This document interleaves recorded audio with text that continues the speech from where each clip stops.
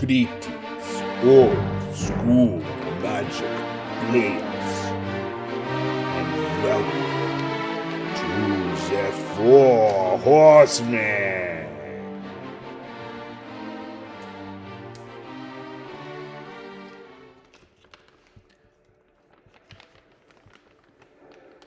Greetings, old school magic players. Welcome to the Four Horsemen on a Saturday afternoon, September 28th. Today we're going to be doing some Four Horsemen Tournament 15 top 16 matches. We've got a really interesting lineup for you today. Check us out at fourhorsemenmagic.com. Our Tournament 15 is running September 6th through October 13th, and we're giving away some great prizes. If you'd like to join us, you can join us on Facebook at facebook.com/group/fourhorsemenmtg. Check out our cool custom proxy prizes that our players make and give out to our participants. Some great stuff here. We're in our top 16, and today we're going to be playing, let's see, it's Christian versus Tim in our top 16 max. Tim Kincaid is running a drop of Dark Heart Abyss deck with tons of blue, green, a splash of black. Very, very, very cool deck.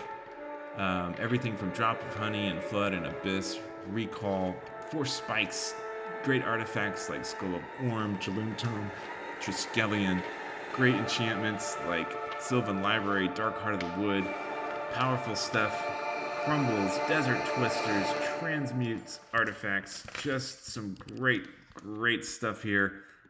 Tim won our last tournament 14, and he's defending his championship. Christian Schreiber is running a black-green Honey Abyss deck that's got some similar cards, running several more artifacts, and it's running Titania's Song in addition to great stuff like Triskelion, Tetravis, Dancing Scimitars, Mirror Universe, Ring of Maroof, Barl's Cage, Skull of Orm, Black Mana Battery, which is really interesting, the Book of Ross, Felwar Stones, Jaloom Tome, Life Chisel, Stone Calendar, just all kinds of amazing, cool artifacts that can be animated with the Titania Song. All right, we're going to get into the match. The guys are in the video. Yeah, that too. Hey guys. So you would see, yeah. Hey guys, I am back, and I did the intro for us. Are you guys ready to get this game going? I think I have to count one more time. If I'm at 60, and then it should be correct. Okay. I just did a very quick overview of your decks for the viewers, and I think this is going to be a very interesting match. Oh, great. You're building the suspense. Yeah. You guys are... After I told him I have no chance. Yeah, right. I don't believe that. So, funny thing is, Chad, I want you to know, I haven't spoke with you about this deck yet. Well, I don't think we've played in maybe since before the summer. Actually, summer got busy, but yeah. I built this deck because you put me up to it. So it's his fault anyways. You challenged me. You were like, this card in particular, and I don't want to name the card yet, but you were like, you should check out this card, Chad, or Tim, and you said, I think it could be really good. So I challenged myself to build a deck around it. Hey, that's awesome, man. Just for you. Well, I love to hear that. There's a ton of cards that are like that as we have worked to make the format a little better with the updated banned and restricted, we're hoping that more cards that are kind of coming out of left field will be surprises and help bring some spice to the format. The biggest challenge I think we have right now that we're trying to manage is all the enchantments. And in this particular tournament, we haven't shared the deck photos yet, and I've only seen the photos that people have shared with me. For you guys, for this match, so we're about to release all the photos soon, and I've already played my top 16 match, so I went ahead and downloaded your deck photos from Titania so I could do the deck review. And it's just, this, I think in general, there are more well thought out decks, more well built decks, more competitive decks than we've ever had in Four Horsemen in any of our prior tournaments. The level of play and deck building and strategy, and I think the caliber of the players has really gone up in the format, and that's very, very cool to see. Right on. Yeah, so I'm glad that you've been inspired to build something spicy, and I'm very, very curious to see how this match goes today. All right, Christian. Well, nice to meet you. I'm ready if you're ready, and you can always do middle I'm pile. ready. The middle on top? Sure. All right, Okay. Good luck, gentlemen. I'm going to go on mute, Do the and same. I'll be commentating while you guys are playing. Thanks. See you. All right, good luck to both of you. You can do the same. Middle? Okay. All right, so as I mentioned before, Tim is our reigning champion, and he won our tournament number 14. Had a really, really cool deck in tournament 14. Very controlly, lots of enchantments. I think he had 22 enchantments in that deck. And it was really innovative and very different. I think this is Tim's third Four Horsemen event. So he played one event and he played a second event and came in first place. So he's really a strong player. He's brewed some very spicy stuff that went all the way to first place in the second event he played in, which is just great to see. Tim plays in other formats too, like Swedish Atlantic and X-Point and others. All right, as we get started on the match here, Christian on the left starts off with a desert right off the bat. And Tim, you can see, is sporting his Four Horsemen Guardian Beast Purple Moonlight playmat. And he won that as his first place prize for winning Tournament 14. I mailed it out to him over the summer, and glad to see that playmat on the other side of the camera. Okay, so Tim plays a Underground Sea, and Christian plays a Bayou. Now, neither of these guys have seen each other's decks because we're in the top 16, so we haven't shared the deck photos yet. But it's always interesting to see these games when we haven't shared the photos because the players don't know what they're up against until game one is complete.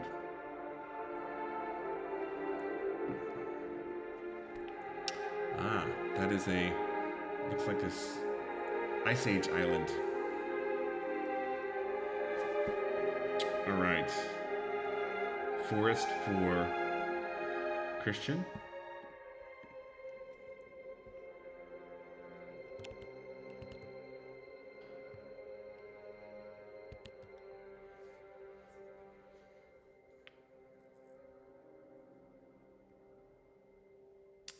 And the Fellware Stone also helps Tim get his mana ramp going. Gotta love the Fellware Stone, one of the only mana accelerators in the format. Tim's got 4 mana and passes. Christian plays a second Bayou. Pretty slow start for both of these players. Land go. Very old school.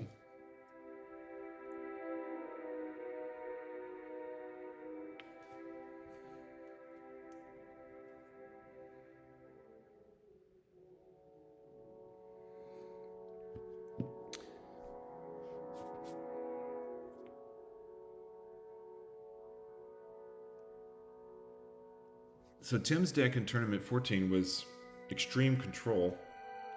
Not sure how heavily he's leaning towards control in this game, or if he's going to try and be a little more aggressive. If we look at his deck photo, he does have some creatures. He's got 3 Triskelions as his main creatures, and 1 Dance of Many. So he's definitely leaning towards control again with this deck. The 4 spikes, the mana drain, the boomerangs, crumbles, the 1 living plane. So still very controlly. And here he's playing his transmute artifact.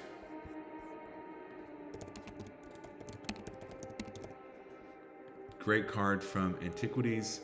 Allows him to search his library and grab an artifact and then pay the difference between the artifact that he sacrifices.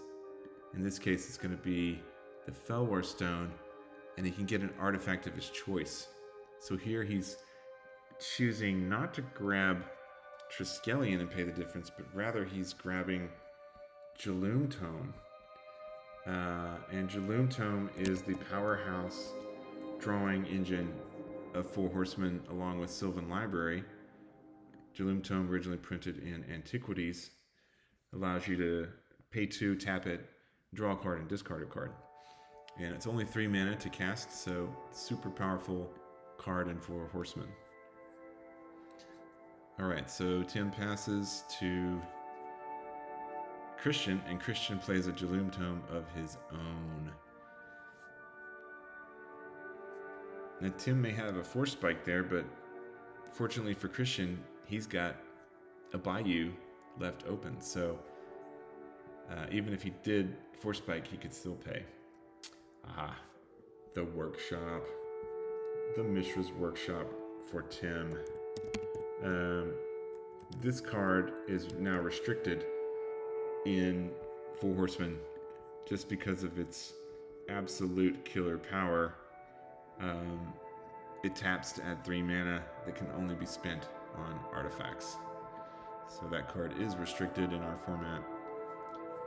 Interestingly, Tim does not have anything to play with it. He's not wanting to tap out, probably, but Christian is not showing any blue mana on his side, just green and black and the colorless desert. So,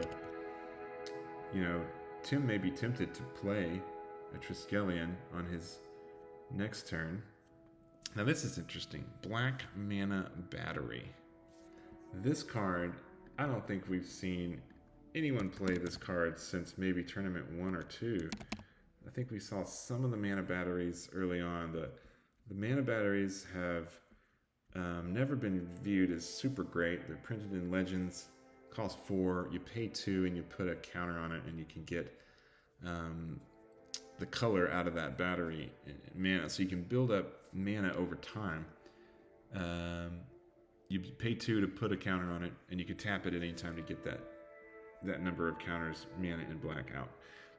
So switching back over, as I was thinking might happen, now that Tim's got the workshop, he's got a extra Underground Sea, so he's got his 4 spike mana, and he can play his Triskelion, which is going to be one of his 3 creatures in his deck. And Triskelion is absolutely the most powerful creature by far in all of Four Horsemen. It's on the watch list. It's so strong, possibly to be looked at for restriction, because it's just an unbelievably killer good card.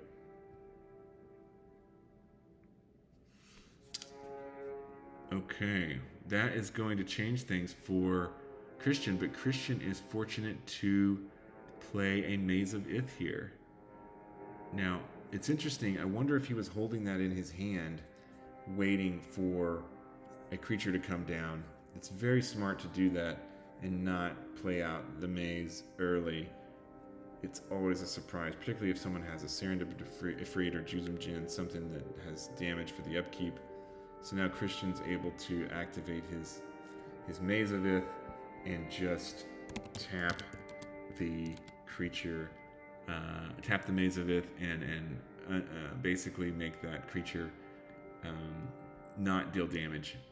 Untap target attacking creature, prevent all combat damage that would be dealt to and dealt by a creature this turn. So Tim plays a City of Brass and passes.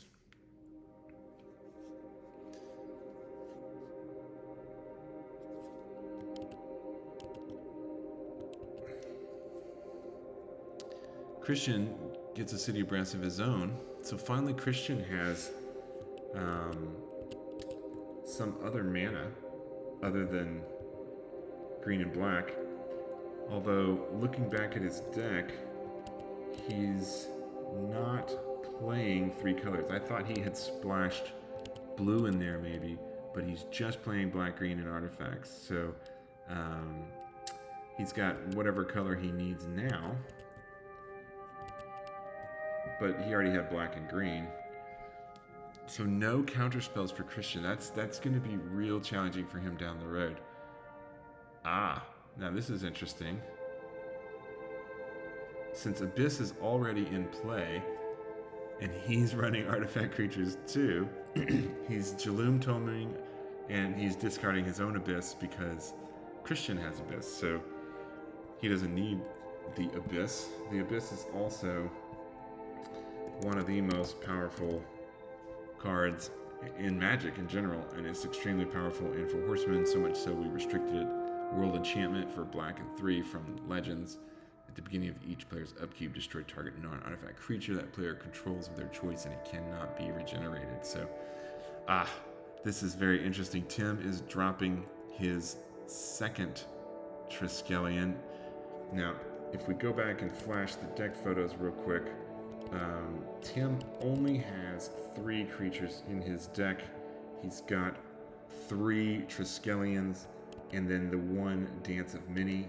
So it's really interesting. Out of all these cards, Tim's pulled 2 of his 3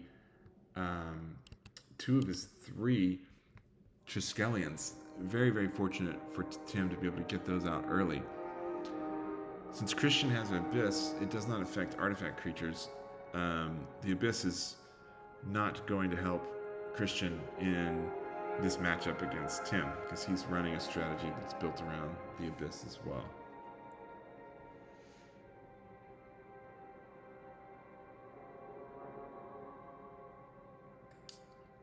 What answers could Christian possibly have here? He's staring down at 2 Triskelions, so it's going to be a very, very, very hard road for him. He needs Tawnos Coffin to lock a Triskelion up, or he needs Drop of Honey, or he needs, even a Dancing Scimitar might help, but he doesn't have a ton of answers. There's really not much Christian can do here against these Triskelions. Okay, so he's tapping the City of Brass and the 2 Bayous in the desert, and he's playing the Stone Calendar. Now, we didn't look at this card earlier. I think it's Stone Calendar. Yes. It costs 5. It's from the Dark. Spells cast you 1 less to cast. Now, in response, Tim is going to activate his Jaloom Tome. He's going to discard another Drop of Honey, since he's got all the creatures right now. And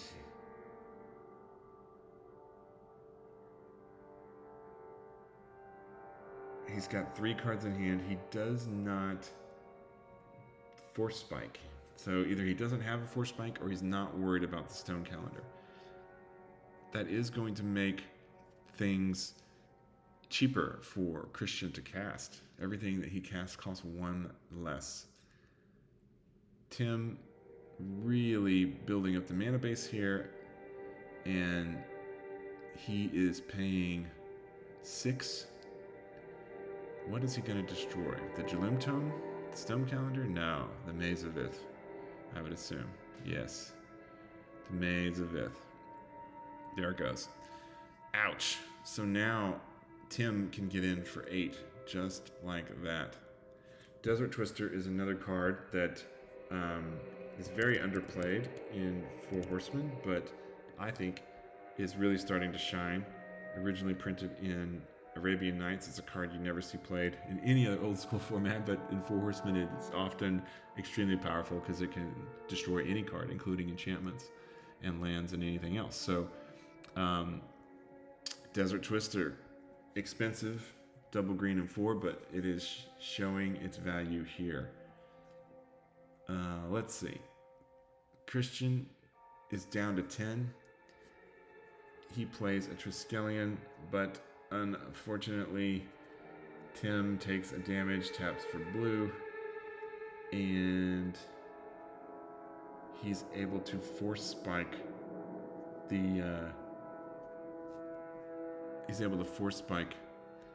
the spell cast. And with that, Christian scoops it up and concedes. Wow. Because he was going to be hitting in for 8, and then he's got the 3 counters on the Triskelions, each having 3 counters. So, wow, what a quick yet painful match. I gotta say, I think that Tim Kincaid getting 2 of his 3 Triskelions out of his 60 card deck was extremely fortunate. I don't think he would have done anywhere near as well if he hadn't have gotten those 2. Desert Twister wise, he's got 2 Desert Twisters in his deck. So he had 1 Desert Twister and 2 of the Triskelions. The Desert Twister to deal with the Maze of Ith, and the Triskelions to attack. So I think that was a very, very, very fortunate game for Tim. He also had the Workshop extremely early, which was also very fortunate. So all the pieces came together for Tim to really, really take that game. For Christian's deck, his deck is not very well matched versus Tim just right out of the gate, because he has no counter spells and he has no way to kind of counter. And Tim's deck has only 3 creatures and is also built around the Abyss. So if we look at Christian's deck, what can he sideboard here? In his sideboard, he's got a Desert Twister. I think that's Urza's Chalice. He's got Mirror Universe, in addition to the one he's got in his deck, Reflecting Mirror. He's got, oh man, some of these artifacts. I think that's the, what is that? That is the Ring of the Immortals. And there's some Meek Stones, a Serpent Generator, Dark Heart of the Wood, and 4 spikes. So we got to look at some of these cards, because some of these cards are so rarely played, like Ring of the Immortals.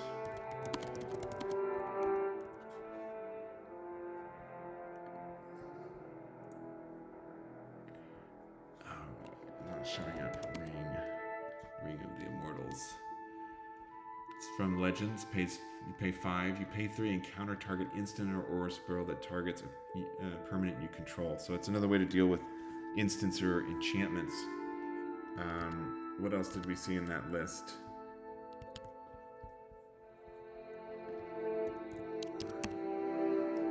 Urza's Chalice, I think. Yes. Whenever a player costs 1, whenever a player casts an artifact spell, you may pay 1 and gain 1 life. Rocket Launcher. Rocket Launcher, popular card. We've seen this one in a few other Four Horsemen decks. You pay 2 and it deals 1 damage to each, or to a target for each 2 that you pay.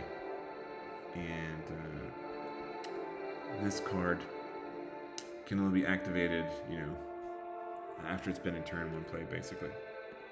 The guys are shuffling up.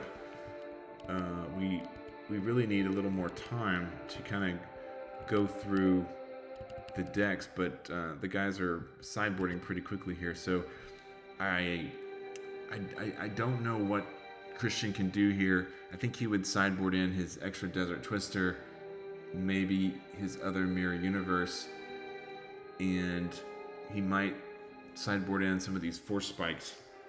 But he didn't see things like Crumble come out. And there's only 2 Crumbles, a couple Boomerangs. So I don't know, he might think that the the 4 spikes are not really worth it.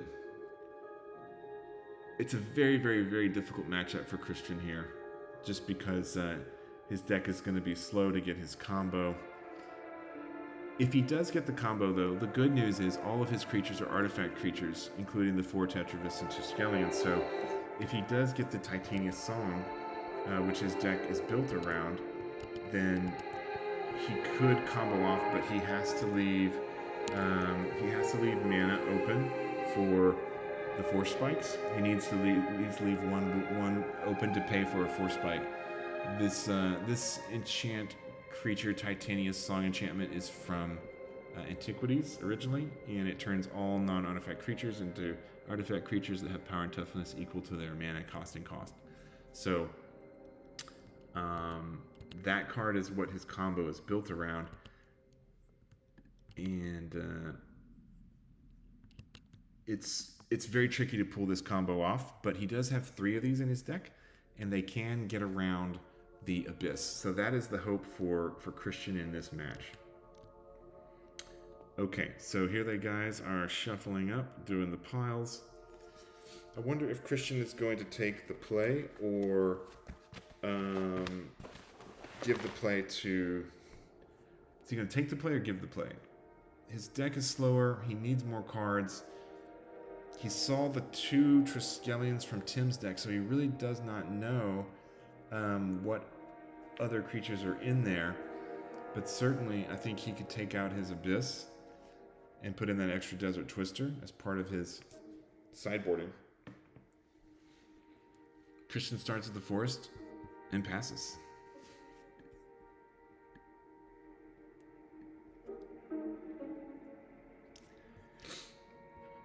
Meanwhile, Tim plays his... he plays his Tropical Island and his Ivory Tower. Now that is going to be really tough, because Christian does not have any artifact removal in his deck. Christian plays a Sylvan Library on his turn. He really needs Crumbles and Desert Twisters of his own, but he has no way right now to deal with the Ivory Tower. But he does have 2 Mirror Universes, so he could just switch life and just plan to not care about the life gain from Tim. That's basically going to be his game plan from here. Switching life. He's going to need to make sure he can pull it off down the road. And that's how his deck works. Switching life with Mirror Universe during his upkeep, exchange life with target opponent, activate only during your upkeep. His deck will want to allow Tim to gain life, and then late game he can switch and then play Titania Song and hit for a bunch of damage, which it will turn all of his artifacts into artifact creatures. So he's going to have a very long game plan here. And with Tim having 2 boomerangs and 3 4 spikes and the mana drain, plus he's got a couple of Crumbles and Desert Twisters, Tim has so many instant ways to get around the Mirror Universe that I think it's going to be very difficult for Christian. He'll need to have sideboarded in those Avoid Fates so that he can protect his Mirror Universe. Okay, so Tim is holding on to his cards to just straight up gain life. Now that could work out in Christian's favor down the road. But he'll need to let Tim just gain an unbelievable amount of life and then switch, and that will be late game. So it's going to be interesting to see what happens here. So Christian's got a couple forests and a bayou. At least he's got the Sylvan Library. He could also pay some life and draw with that Sylvan Library, knowing his plan is to switch with Tim down the road. The Sylvan Library also extremely powerful. Just a great card in every old school format, but in Four Horsemen, particularly strong. And in fact, it is the theme artwork from Harold McNeil for our Tournament 15 graphics. Enchantment, 1 green, 1 colorless. At the beginning of your draw step, you may draw 2 additional cards if you do choose 2 cards in your hand drawn this turn, and then for each of those you pay 4 to draw. So you can draw a couple of cards, pay 8 life, a couple extra cards and pay 8 life. Pretty powerful. And then you just use your Mirror Universe to switch later. So Tim is gaining 3 life per turn because he's got 7 cards in hand. Christian is up to 5 mana now, which is good. He's been able to dig with his Sylvan.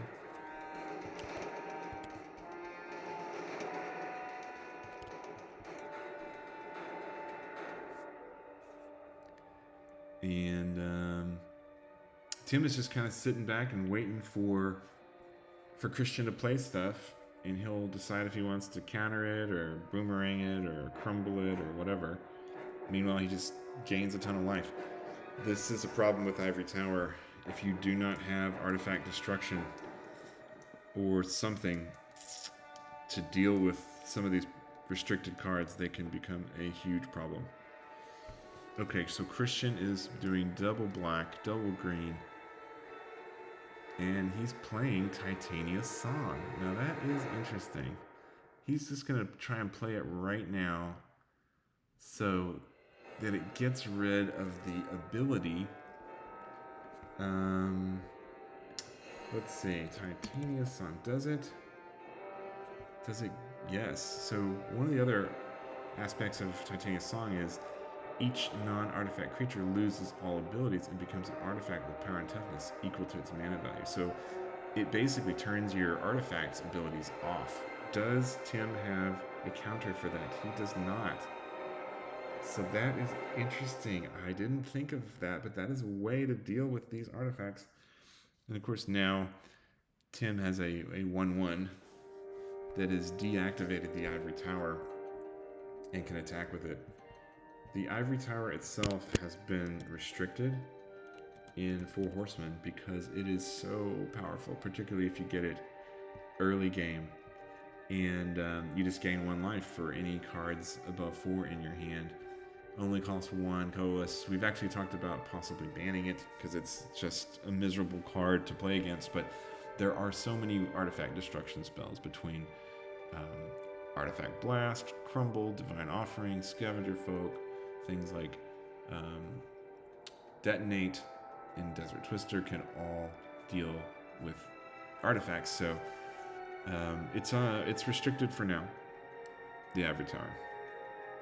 All right, so Christian is paying life, tapping 5, and playing the Stone Calendar, which would come into play as a 5/5, but is Tim going to have a mana drain?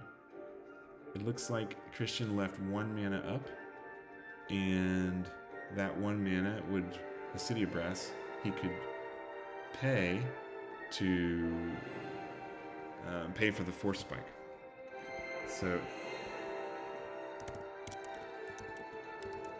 Force Spike is another very, very powerful card in Four Horsemen that's never played in hardly any other formats, but really shines here.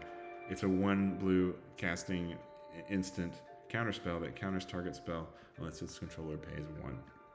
So it looks like Tim is maybe looking something up here. Christian is waiting to see. He's waiting to see what's going. Well, he's probably looking up the Stone Calendar.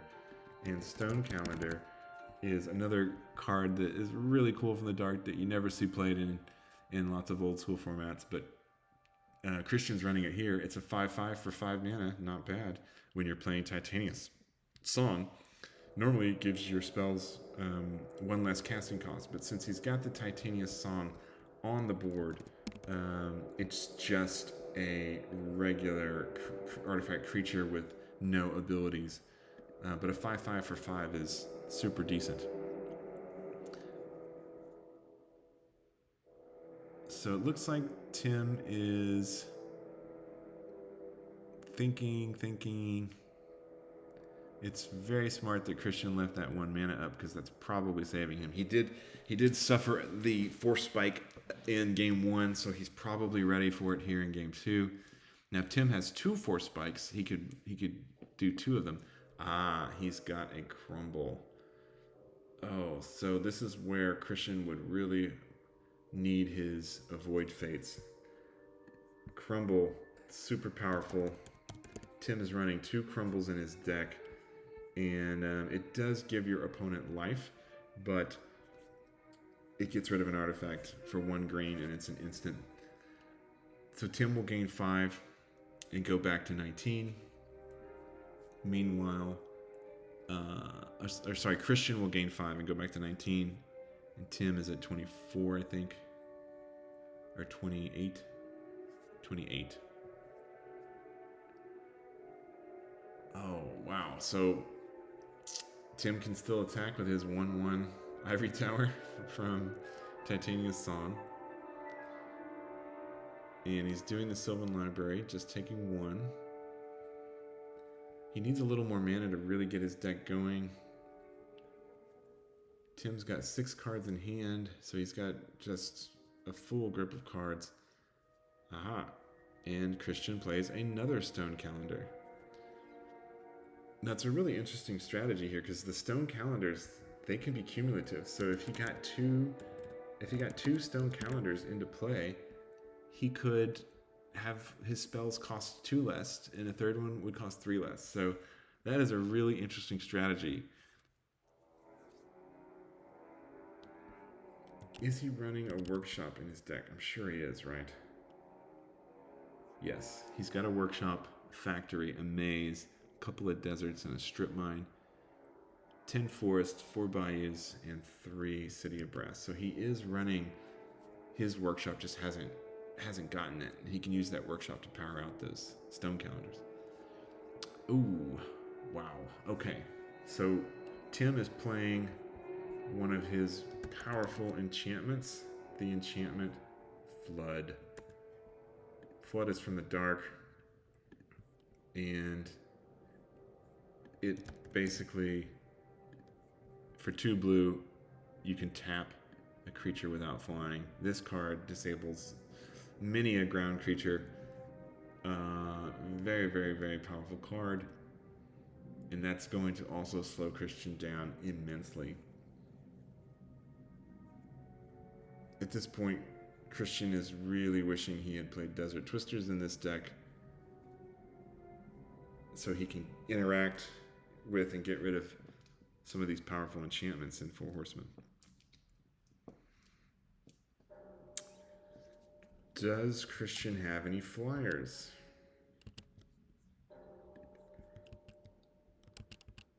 Christian has Dancing Scimitars and he has Tetravis. So he does have flyers. He has options, and he's still got the Mirror Universe. So the game is not over. It's just going to be a long, brutal slug for Christian.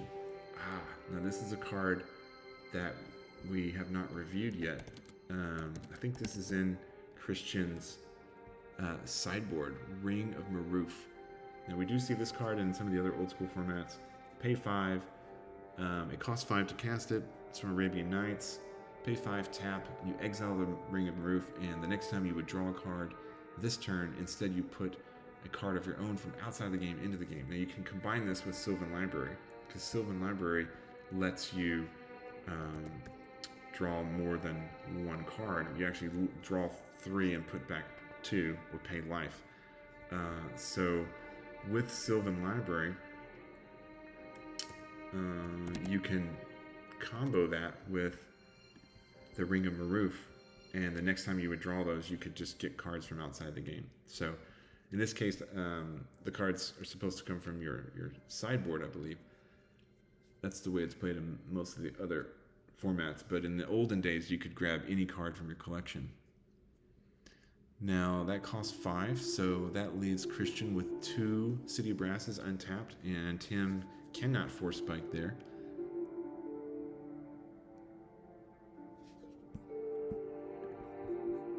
for Ring of Maroof, let's see what the rulings are. Ring of Maroof works a little different than the wishes. Rather than letting you simply put a card in your hand round something, this ability replaces your next draw. If you wouldn't draw a card during the rest of your turn, the ability won't have an effect. Okay. So it lets you put a card from outside the game into your hand. Wow. All right, let's listen into what the guys are saying. Stone here. calendar. Okay. And then I guess I have to give you something to do so you can counter the Tress game. Yeah, since I told you I had it. Yes. Kinda implied, so. All right, Okay. I gave it away. I'm at 27, I think. Yeah.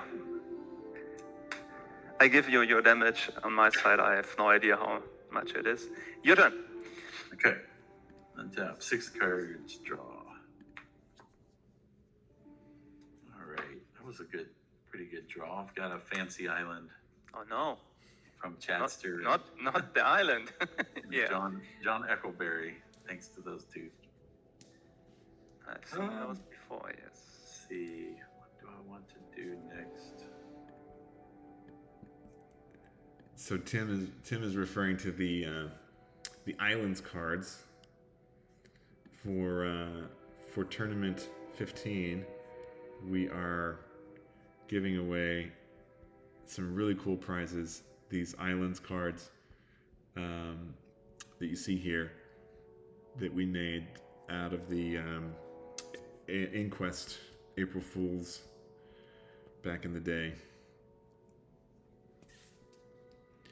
Okay, so let's see. Well, let's try this again. Oops. Another Titania. I figured you probably had another one. I am going to remove Soul. Oof. Okay. Double remove soul. Yikes. And then it's your turn. I got 5 cards. Untap. Okay, well, I keep thinking that the Christian is going to. Well, he can't activate the Ring of Maroof anyways because of the Titania song. I forgot about that. So all the abilities on the Ring of Maroof and Stone Calendar are null because their abilities are removed when Titania Song is in play. It's really much better to play Titania Song as a surprise when you can play it and then just attack with all of your artifacts in one swing.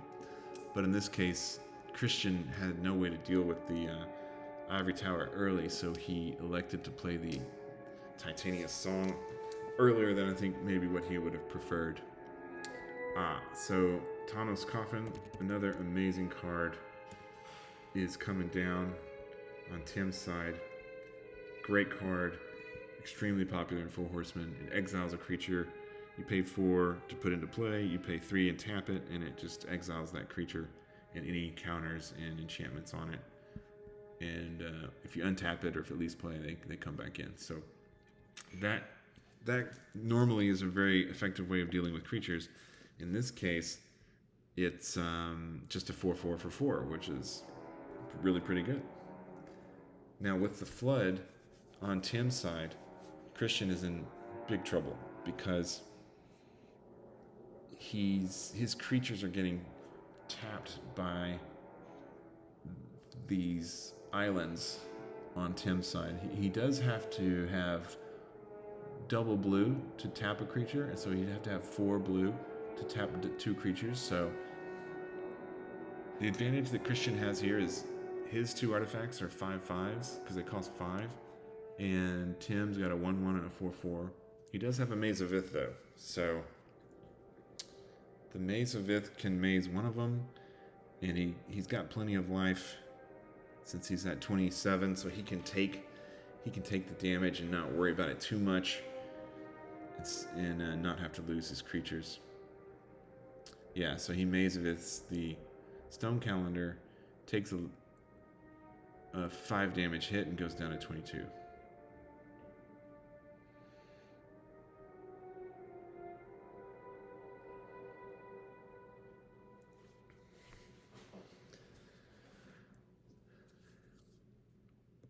I think in this matchup, Chris is the underdog, but he's really putting on the pressure here.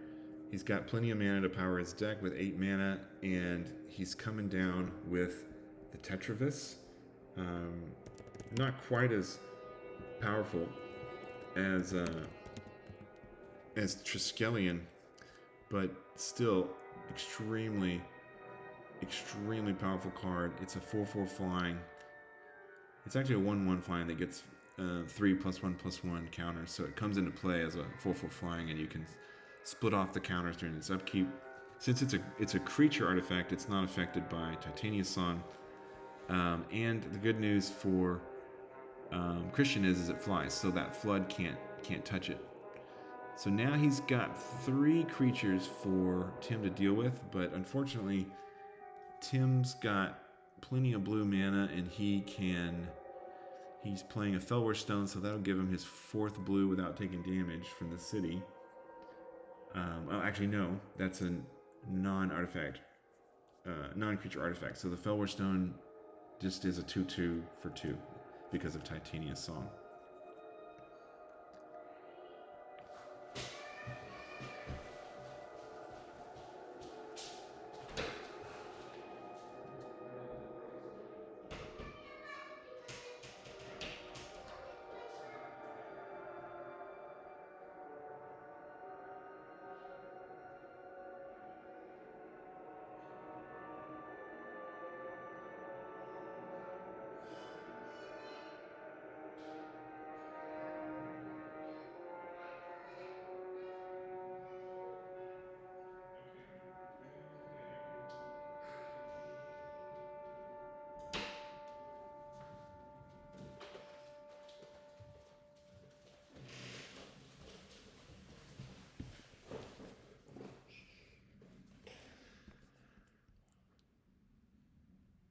Okay, so with Christian at 13 and Tim at 21,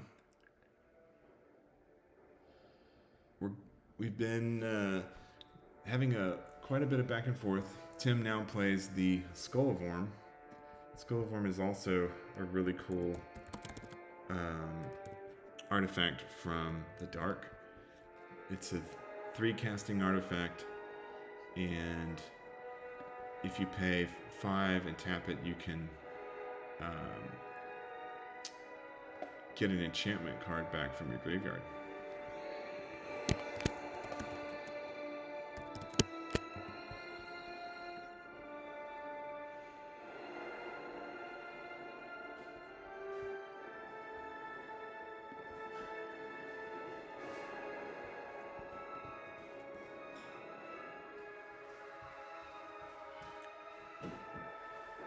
So for Tim, he has to tap. He's tapped 3 of his mana to put the Skull of Orm in, as well as the Fellwar Stone. It gives him a couple extra blockers, but that taps him out. So now it's Christian's chance to get anything else into play that he can. Hopefully it's another Triskelion or Tetravis. Yeah, that is pretty good news for Christian, because that will give him another flyer.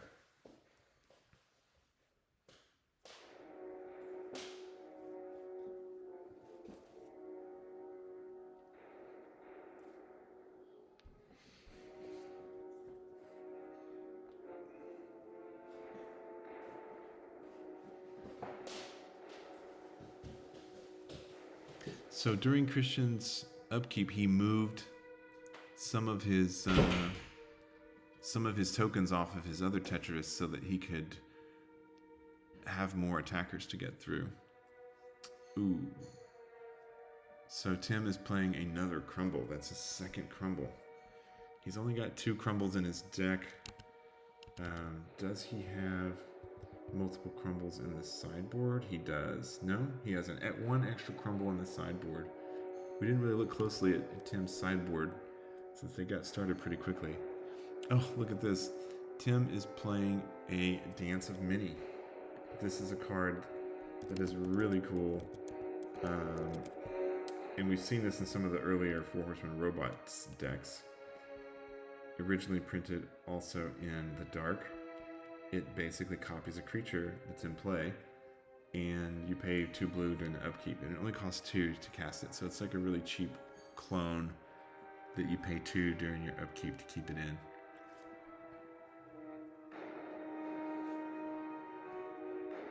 So he's cloning the Tetravis and digging into his card box to get a Tetravis out, and maybe some Tetravite tokens, as we've sent those out to the players as prizes for participating in the tournaments. Man, I thought Christian was really going to pull ahead here, but Tim has many surprises. I think that Dance of Many is a one-off. He's got 1 in his main board and 1 in his sideboard.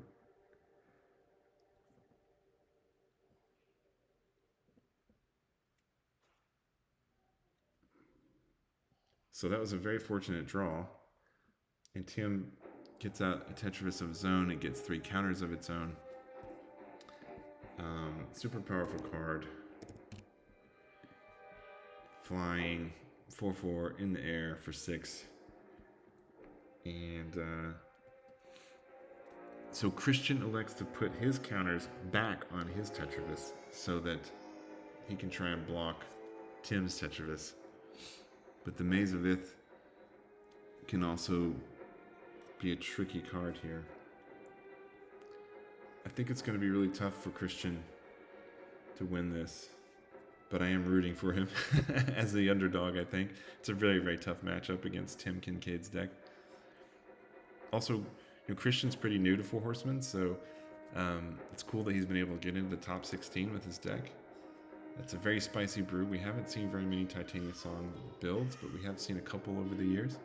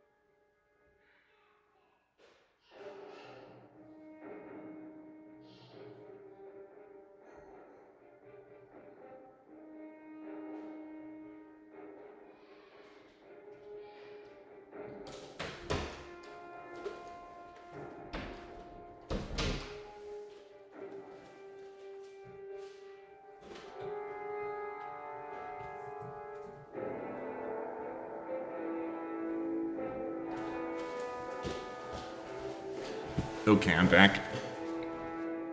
I missed a few minutes of action. Drop of Honey. Very interesting. So Drop of Honey comes down, and this will start eating up creatures. Now that could change things, but we're still going to have the Maze of Ith and the Flood to deal with. Tim's got 2 more crumbles and possibly 2 more desert, or even 3 more desert twisters. So now the advantage is he's got Maze of Ith and Flyers, and Christian doesn't have Maze of Ith. So he elects to block with his 4/4 Tetravis, taking out the other 4/4 Tetravis. So it's an even trade here. Not great for Christian.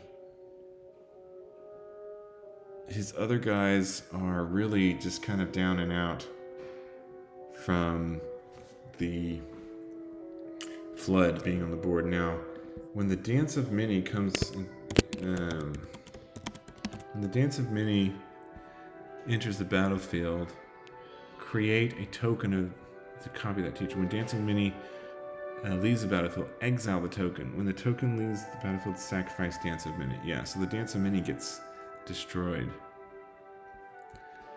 Let me see if these guys are playing that right.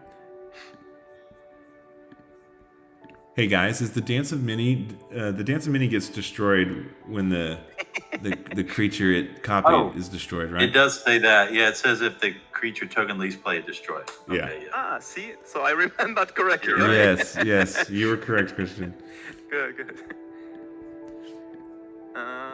Okay, so the Dance of Many does get destroyed. Really powerful card to make a copy of any creature.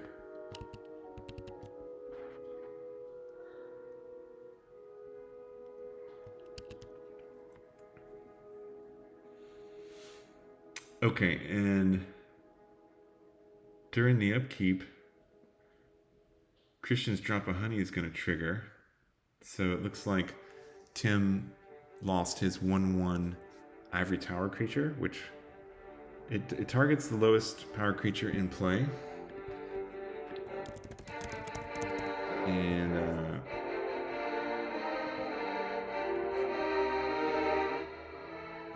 targets the lowest creature in play. Lowest power creature in play. Man, the Gatherer is so slow today. Here we go.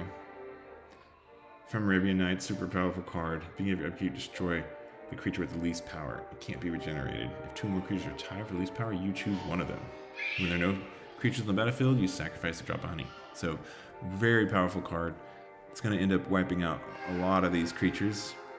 The Flood is the real problem here for Christian because he just can't get any ground damage in when Tim's got a bunch of blue mana untapped. And it looks like Tim is attacking with his 2/2 Fellwar Stone and his 3/3 Skull of Orm. So that brings Christian down to 14. And then during Christian's upkeep, the lowest power creature gets destroyed, so the Fellwar Stone gets destroyed. That combo of Drop of Honey and Titania Song is really pretty good together against Tim's deck, so it's definitely an interesting card. But Christian needs those Tetravis to win this game, and he's already got 2 in the graveyard. All right, look at this. Oh no, is that the mana drain? Is it the mana drain? No, okay, he's tapping a creature. All right, so Desert Twister's coming down. That is a great card to see. The Desert Twister destroy target permanent powerhouse card in the Four Horsemen, and he's able to take out the Flood with that. And that is a turning point in this game, I think, possibly.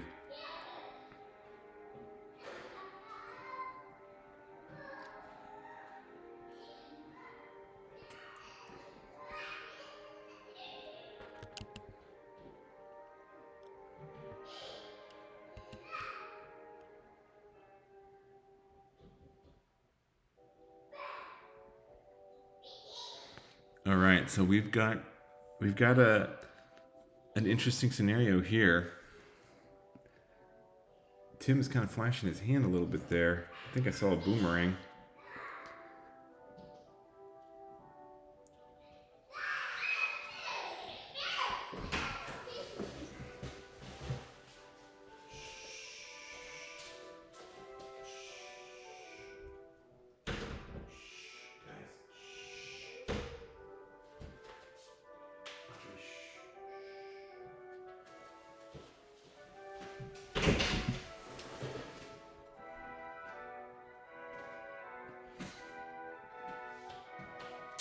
Okay, so Tim's gonna have to figure out how to navigate around this. And Christian's got a Maze of Ith now, so that also changes things. He can now... Oh my goodness. Oh no. The almighty brutal Amnesia. This card is so killer. 3 blue and 3 colors. Target player reveals their hand and you discards all non-land cards. Oh, so he loses just everything in his hand.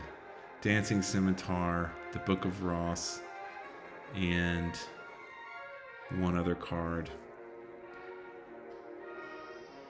Oh, that is so devastating for Christian. He's going to be able to start pulling ahead with some of those creatures. He had the Dancing Scimitar, which flies. All right, he's destroying the Skull of Orm with the Drop of Honey. And I feel so bad for Christian there. I think Tim was running. He's running 1 Amnesia in his sideboard, so that's the only one in there. He is running a Felden's Cane, as well as a 4th Triskelion. So Christian was just starting to pull ahead, I think, and that Amnesia really brings things back. Oh, and now there's a strip mine for Tim as well, so he can strip that Maze of Ith. And he's still got his 4/4 Thomas Coffin creature. Oh, I hate to see this for Christian, but Tim's deck is incredibly well built, and he's a super solid player. Reigning champion, Four Horsemen Tournament 14 winner. Okay, Drop of Honey triggers, and Christian's looking at the top 3, takes 1. Since he doesn't have a way to like pop his Titania song back into hand. Oh, looky here, he's paying 4 life to take an extra card. So he takes 2 cards, 1 for the regular draw and 1 for the Sylvan Library extra draw.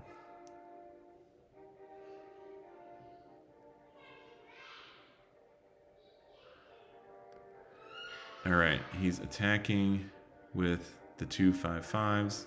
One of them gets Maze of Ith, and Tim takes 5, bringing Tim down to 13. So,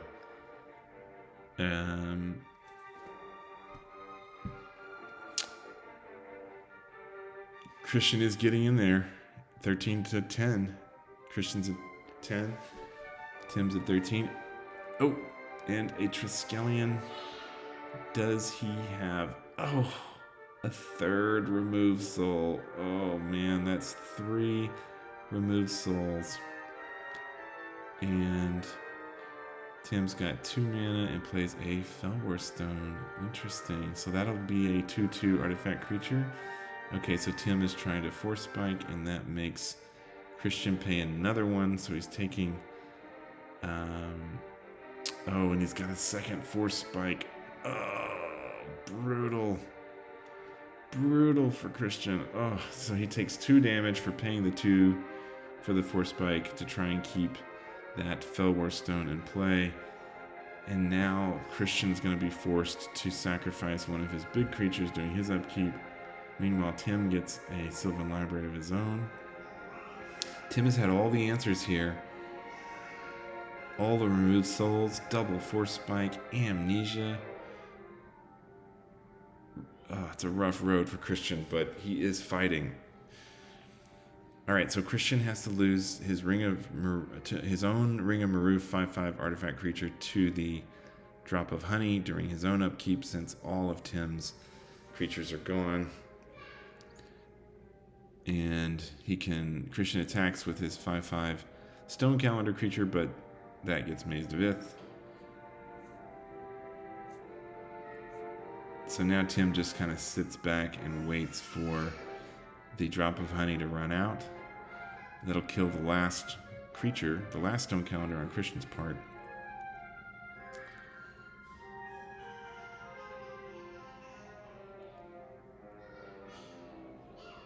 Okay, so Tim passes turn. Christian loses his last creature. There's no creatures in play, so drop a honey gets destroyed.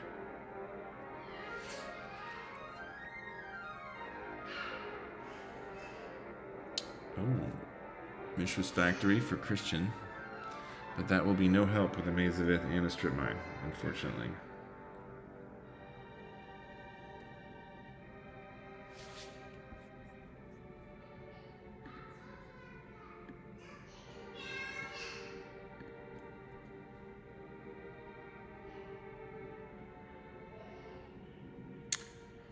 So Christian plays a Felwar Stone, and that's a 2/2 creature because of Titania's Song, and passes. Tim's got a creature now. Christian does not. Well, he has his factory, his Mishra's Factory, and his Maze of Ith. So Tim could strip mine the Maze of Ith or the factory and still have a way to get through. Christian does have a desert that could also come into play.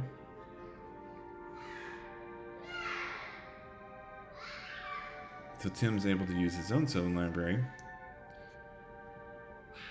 Looks at the top three, only takes one.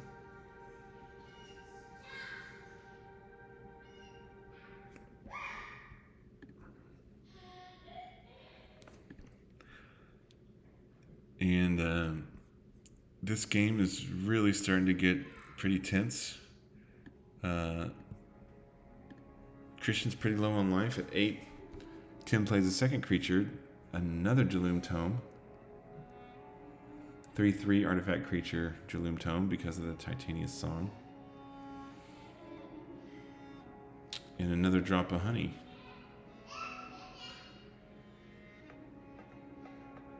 That's a great answer. That is a great answer for these artifact creatures coming down.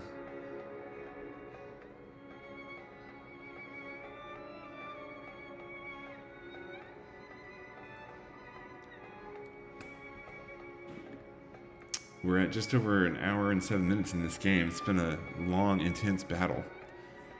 Will Christian be able to pull ahead here? He doesn't have the Mirror Universe to fall back on to switch life, but it would be a 6/6 creature if it comes into play. Interesting. He's playing another Titania's Song, so if Tim boomerangs one of them, he's got the other one. So that's an interesting move.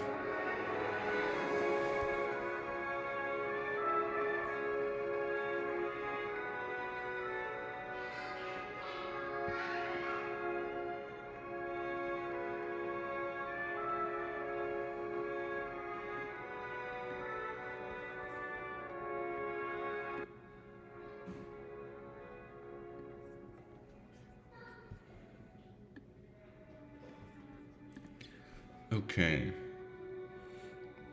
So Christian's looking at his top three, taking one, but it's just a land. I bet you he's got 3 lands on the top of his deck that he can't do anything with.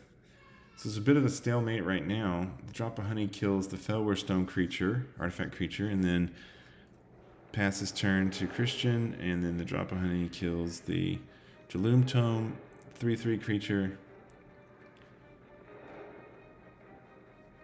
If Tim did not have the Strip Mine and the Maze of Ith, Christian could get through with some damage with that factory, but it's not the case here. Here's the Urza's Chalice. We saw this earlier. Interesting card for this deck. It's a 1/1 now because of Titania's Song, but normally he gains life anytime a player casts an artifact if he pays 1. But here it's just a lowly 1/1 creature. Not the best this late in the game. So Tim is at 12 and Christian is at 8.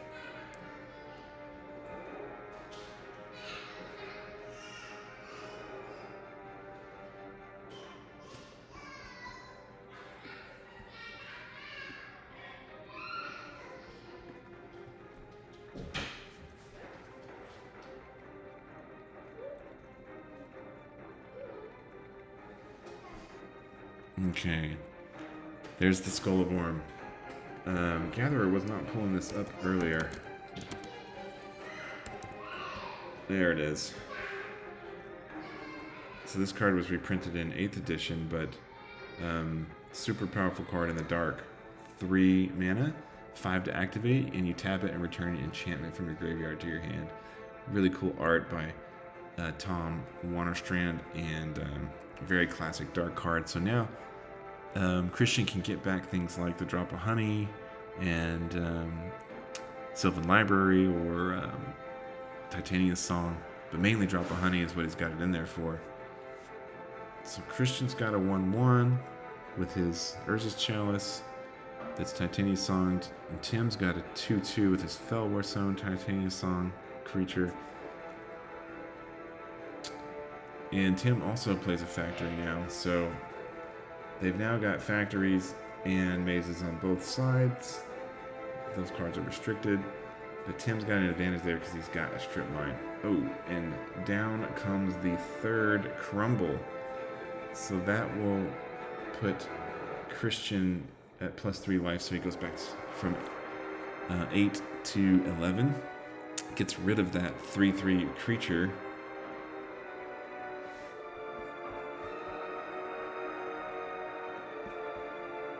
And that leaves Christian with just the 1/1 artifact creature.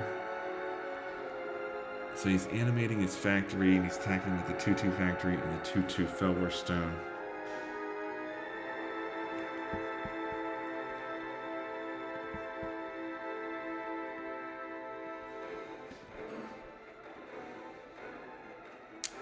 Okay, so the factory blocks the... Oh, he strip mined. He strip mined the factory. Tim strip mines the factory, and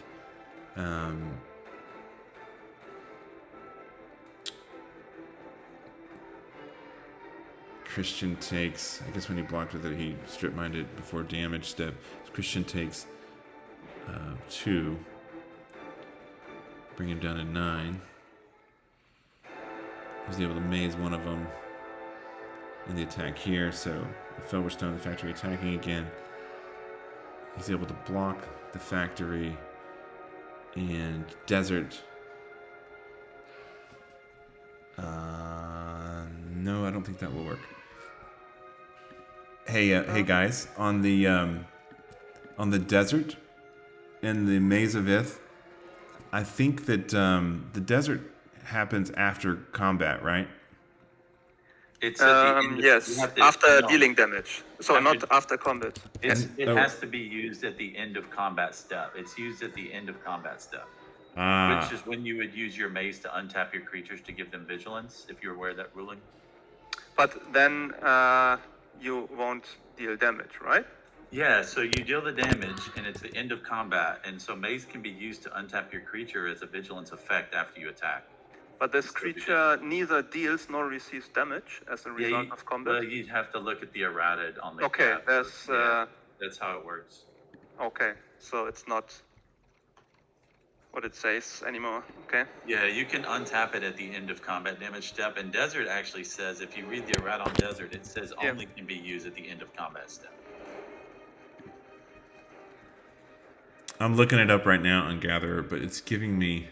I don't know. Am I spelling it wrong? Why is it... Are you guys familiar with the way you can give your creature vigilance and still do damage after you attack? Have you ever seen that?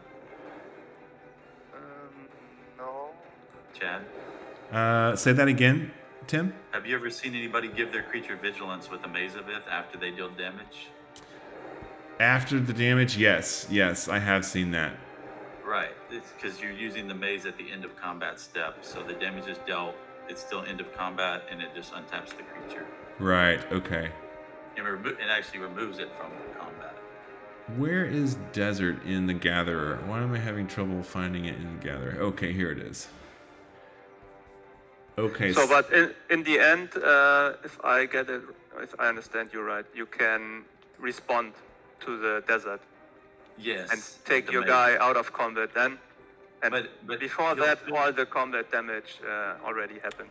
Yeah. So it was after damage. Okay, I understand. it Okay. Killed the chalice. Okay. And then when you try to do 1 damage, Okay, I I didn't know that. Good. it's kind of a new trick. It's all about how the gatherer reads for desert and maze. It's Yeah. not like what we used to think. Right. Yeah, I understand. Okay. Yeah, so the desert now reads, desert deals 1 damage to target attacking creature, activate only during the end of combat step. So it's after the damage is done. That's like before. But then the important Yeah, and the thing is that rulings we can here make- say the end of combat step happens after combat damage is dealt. You can't use desert to destroy an attacking creature before it has a chance to deal the combat damage. Okay. Well, okay. You can respond to my tapping. and Yes. Take him out. End Okay. of combat, because he's technically still attacking after the damage is dealt. Okay. Yeah, I understand. And Okay. then I remove him from combat and Okay. untap. Sure. But even then, I can untap him and then pump himself if need be. Okay. But that damage is already done though at that point. What damage? Oh, The combat damage. well, you're yes, already past the combat damage step though, right? Right. He was a 2/2. He dealt 1 to his chalice, and I took 1 damage. Okay. I'm simply saying that I can untap this and make it a 3/3 if his Yeah, desert that's to even hit it. pump okay, his gotcha. life. Yeah, It's not it's going all to die. it's all good. Okay, gotcha. Yeah. All right, and then carrying on, I'm going to play this. Wow. Okay, so some very interesting high-level combat tactics and tricks with Maze of Ith. Maze of Ith, such a powerful card. It's unrestricted in other formats, but it is restricted in Four Horsemen. It's an amazing dark card. Untap target attacking creature, prevent all combat damage. Dealt to or dealt by this creature, and you can do it, as Tim was saying, at the end of combat or at any point. Okay, so Christian has his, I think that's his 3rd Tetravis. Oh, man, wow. Tim has all the answers. Here comes the 1 mana drain. Just brutal for Christian. That was one of his hopes. His factory is gone. He's only got the Maze of Ith, so that was going to be potentially another threat. Now Tim's got 6 mana, but he can just pump it into his factory. And meanwhile, Christian is at 9 and Tim is at 12. Tim's got double Fellwar Stones, which are 2/2s, artifact creatures from the Titania song, so he's got 3 potential attackers now. It is looking very tough for Christian. Okay, so Tim's coming in with the 2/2s and the factory. All right, so one of them gets Mazed of Ith, and Christian takes 4. It's looking grim for Christian here. It's been such a tough battle for him, and it's a very, very difficult matchup, but he's really put up an amazing fight here with all the drops of honeys to get rid of so many of Tim's creatures, but still coming. Tim's still hitting in with the Fellwar Stones. All right, so Christian has his last Tetravis, and I believe this one will hit the board, and that may really give Christian some breathing room. He won't be able to attack with it, but he'll be able to block with it. If only he could draw his strip mine and strip that Maze of Ith, he might be able to have a surprise in the air attack. We haven't seen his strip mine, I don't think, so I would really like to see that.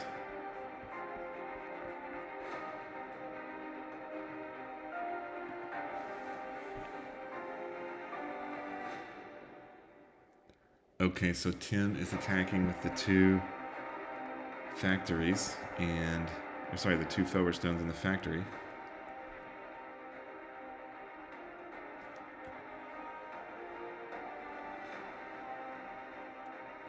Now, again, the Maze of Ith is really getting through, so whoever Christian decides to block, he just Maze of Ith that creature and the other one can get through, so Tim takes 2. So Christian takes 2 from Tim's attack, bringing Christian down to 3 life. it is very close here. Christian's very close to death, but he does cast a Jaloom Tome, which would give him another 3/3 creature to block with. Pretty timely right now. He's still got the desert. But with these Maze of Ith tactics, it really makes killing these creatures difficult.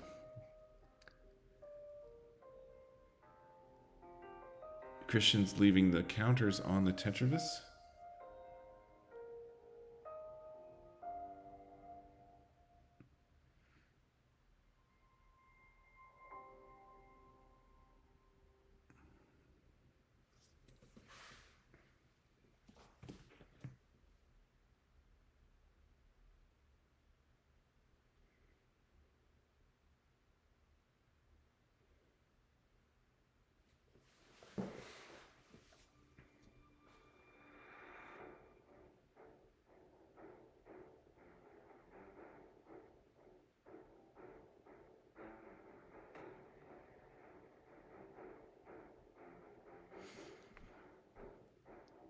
We haven't seen a Triskelion from Tim yet, so I'm wondering if he's just going to be able to drop a Triskelion and fire off the 3 counters and have it be gained.